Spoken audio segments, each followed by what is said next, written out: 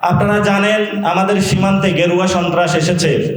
গেরুয়া সন্ত্রাস মোকাবিলায় মোদি যখন বাংলাদেশে এসেছিল, আপনারা সবাই রাজপথে নেমেছিলেন এবং অনেকে শহীদ হয়েছিলেন, জেলে গিয়েছিলেন, মনে নাই আপনাদের? সেই ভাইয়ের কথা যদি মনে থাকে, রক্তের উপরে দাঁড়িয়ে হলেও যদি বাংলাদেশে কোনো গেরুয়া সন্ত্রাসের একটু ছিটেফোঁটা আসার চেষ্টা করা হয়, আমরা রক্ত দিয়ে ইনশাআল্লাহ প্রতিরোধ করব তাদেরকে। আজকে যিনি এখানে এসেছেন, মিডিয়া মন্ত্রী, ইনফরমেশন মিনিস্টার, উনি অনেক ভালো লোক। উনি 90-এর সেখান থেকে আমরা ঢাকা শহরে বিভিন্ন আড্ডা হতো। উনি কিন্তু বড় মাপের একজন ফিলোসফার আবার। তো আমরা বলবো যে মিডিয়া সেক্টরটা আপনার হাতে গিয়েছে, আপনি এটা যদি সুন্দর করে গড়ে তোলেন, আমাদেরকেও একটু অ্যাক্সেস দেন, আমাদেরকেও জঙ্গি না ভাবেন, আমাদেরকেও বাংলাদেশি হিসাবে ভাবেন, সার্বভৌমত্ব ইসলামের অতন্ত্র প্রহরী হিসাবে ভাবেন, একটু সুযোগ দিলে আমরা বাকিটা ইনশাল্লাহ করে নিতে পারবো। এমনি তো আমাদের টুপি দাঁড়ে দেখলে একটু মিডিয়া আসতে চায় না, আজকে মনে হয় তথ্যমন্ত্রী আসছে, এই জন্য মিডিয়া সবাই চলে আসছে। এই জন্য তথ্যমন্ত্রীকে অনেক ধন্যবাদ। যেটা হলো খুবই ক্লিয়ার কাট কথা, আজকে শাপলা স্মৃতি সংসদ এবং এটার যারা নিজামে আছেন, আল্লামা মামুনুল হক, মাহফুজুল হক থেকে শুরু করে আসাতেজায়ে কেরাম, তোলাবায়ে কেরাম, আজকে নাম দেওয়া হয়েছে শাপলা স্মৃতি সংসদ। আমি মনে করি শাপলা আজীবন আমাদের সামনে জীবন্ত, এটা স্মৃতি না, এটা আমাদের জন্য জীবন্ত। এবং জীবন্ত এটা শুধু আমরা বলি না, কোরআনে বলা হয়েছে ওয়ালা তাকুলু লিমান ইউকতালু ফি সাবিলিল্লাহি আমওয়াত বাল আহইয়া, তারা হলো জীবন্ত। আমাদেরই অনেক ভাই যারা আমাদের সাথেই ছিল সহযোদ্ধা, তারা জান্নাতের পাখি হয়ে ঘুরে বেড়াচ্ছে। এই জন্য যারা আমাদেরকে ভয় দেখায়, তারা জানে না আমাদের জন্য কত মধুর জীবন অপেক্ষা করছে। এবং যেই মধুর জীবনের নিশ্চয়তা যিনি আমাকে সৃষ্টি করেছেন, যিনি প্রত্যেকদিন আমাকে রিজিক দেন, যিনি পালন করেন, উনিই আমাকে নিশ্চয়তা বিধান করেছেন, পৃথিবীর কেউ আমাকে নিশ্চয়তা বিধান করে নাই। এবং বাংলাদেশে যারা আলেম ওলামা রয়েছে, দীর্ঘদিন ধরে তারা কিন্তু মিডিয়া সন্ত্রাসের শিকার। আপনারা দেখেছিলেন যখন শাপলা হত্যাকাণ্ড হয়েছিল,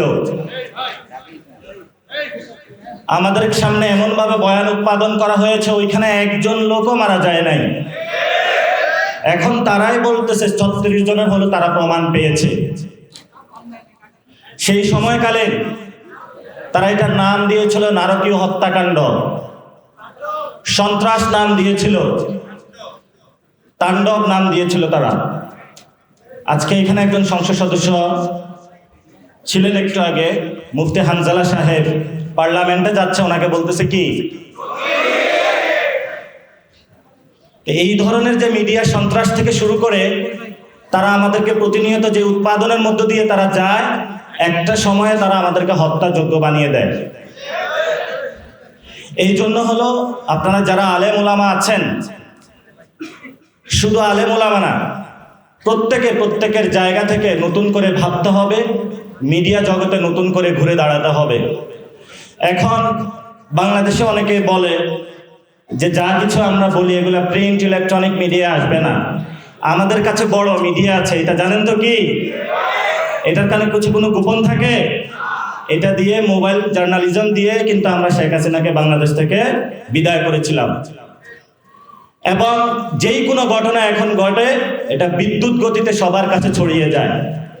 এই জন্য যারা মিডিয়া ভাইরা রয়েছেন, আল্লাহর রাস্তায় আপনাদের কাছে অনুরোধ, আপনারা তো করেন না, আপনাদের যারা মালিক পক্ষ রয়েছে, যারা জীবন আকাম কুকাম সন্ত্রাসী চাঁদাবাজি দুর্নীতি করে টাকা ইনকাম করেছে, এখন তাদের শখ হয়েছে যে বাড়ির সামনে হলো একটা দারোয়ান রাখা, সেই জন্য তারা একটা মিডিয়া এজেন্সি খুলে দেয়।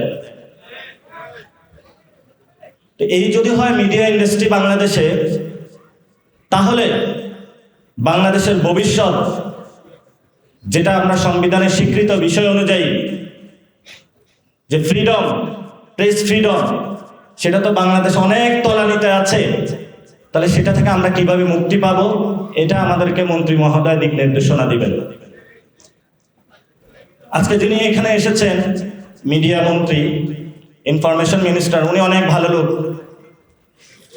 উনি 90-এর সেখান থেকে আমরা ঢাকা শহরে বিভিন্ন আড্ডা হতো, উনি কিন্তু বড় মাপের একজন ফিলোসফার আবার। তো আমরা বলবো যে মিডিয়া সেক্টরটা আপনার হাতে গিয়েছে, আপনি এটা যদি সুন্দর করে গড়ে তোলেন, আমাদেরকেও একটু অ্যাক্সেস দেন, আমাদেরকেও জঙ্গি না ভাবেন, আমাদেরকেও বাংলাদেশি হিসাবে ভাবেন, সার্বভৌমত্ব ইসলামের অতন্দ্র প্রহরী হিসাবে ভাবেন, একটু সুযোগ দিলে আমরা বাকিটা ইনশাল্লাহ করে নিতে পারবো। এজন্য আমরা মনে করি শাপলা নামে একটি চ্যানেল আসা উচিত, যেই চ্যানেলের মধ্য দিয়ে আগামীতে যে কেউ যারা শাপলা কাহিনী ঘটিয়েছিল সেটা আমরা তথ্য অনুসন্ধান করে শাপলাদের পর্দার আড়ালের কি ঘটনা ঘটেছিল সেটা আমরা ইনশাআল্লাহ উন্মোচন করব। শেষ কথা যেটা বলবো, হেফাজতে ইসলামের সেই শাপলা যারা এসেছিল, মেসাকার চালানো হয়েছিল, দাবিগুলো কি আপনারা ভুলে গিয়েছিলেন? দাবিগুলো আমাদের এখনো বুকে আছে। কোথায় আছে? এই দাবিগুলো আমরা বাংলাদেশে যতদিন থাকবো ততদিন আমরা ইনশাআল্লাহ ইসলাম এবং বাংলাদেশের সার্বভৌমত্বের জন্য অতন্দ্র প্রহরী হিসাবে কাজ করব ইনশাআল্লাহ। আপনারা জানেন আমাদের সীমান্তে গেরুয়া সন্ত্রাস এসেছে। গেরুয়া সন্ত্রাস মোকাবেলায় বাংলাদেশের ফরেন পলিসি থেকে শুরু করে নতুন করে সবকিছু আমাদেরকে সাজাতে হবে। এই গেরুয়া সন্ত্রাসের শিকার মোদি যখন বাংলাদেশে এসেছিল, আপনারা সবাই রাজপথে নেমেছিলেন এবং অনেকে শহীদ হয়েছিলেন, জেলে গিয়েছিলেন, মনে নাই আপনাদের? সেই ভাইয়ের কথা যদি মনে থাকে, রক্তের উপরে দাঁড়িয়ে হলেও যদি বাংলাদেশে কোনো গেরুয়া সন্ত্রাসের একটু ছিটেফোঁটা আসার চেষ্টা করা হয়, আমরা রক্ত দিয়ে ইনশাআল্লাহ প্রতিরোধ করব তাদেরকে। আহ্বান রেখে আমি আমার কথা শেষ করছি। দোয়া করবেন, ভালোবাসা থাকবে, আপনাদের মধ্যে জায়গা দিবেন, আপনাদের বাসায় দাওয়াত দিবেন, মাদ্রাসায় দাওয়াত দিবেন, আসবো যাব, আপনাদের সাথে ঘুমাবো, থাকবো ইনশাআল্লাহ। তবে গেরুয়া সন্ত্রাস বাংলাদেশে আমরা কায়েম হতে দিব না ইনশাআল্লাহ। আসসালামু আলাইকুম ওয়া রাহমাতুল্লাহি ওয়া বারাকাতুহু। নাসির ভাই একটু আগে বলে গেলেন যে আমাদের আধিপত্যবাদ বিরোধী লড়াই সামনে আরো কঠিন হতে যাচ্ছে। আমাদের সীমান্তে উগ্রবাদীরা আরো শক্তিশালীভাবে আবির্ভূত হয়েছে। এই লড়াইয়ের সামনে আমাদেরকে একসাথে রাজপথে সরব থাকতে হবে। আমাদেরকে এদেশের মানুষের আকাঙ্ক্ষা, ধর্মীয় মূল্যবোধ রক্ষা এবং একই সাথে সার্বভৌমত্ব রক্ষার জন্য সর্বদা প্রস্তুত থাকতে হবে। এবং আমাদেরকে শুধু রাজনৈতিকভাবে না, সামাজিকভাবে এবং সাংস্কৃতিকভাবেও শক্তিশালীভাবে আবির্ভূত হতে হবে।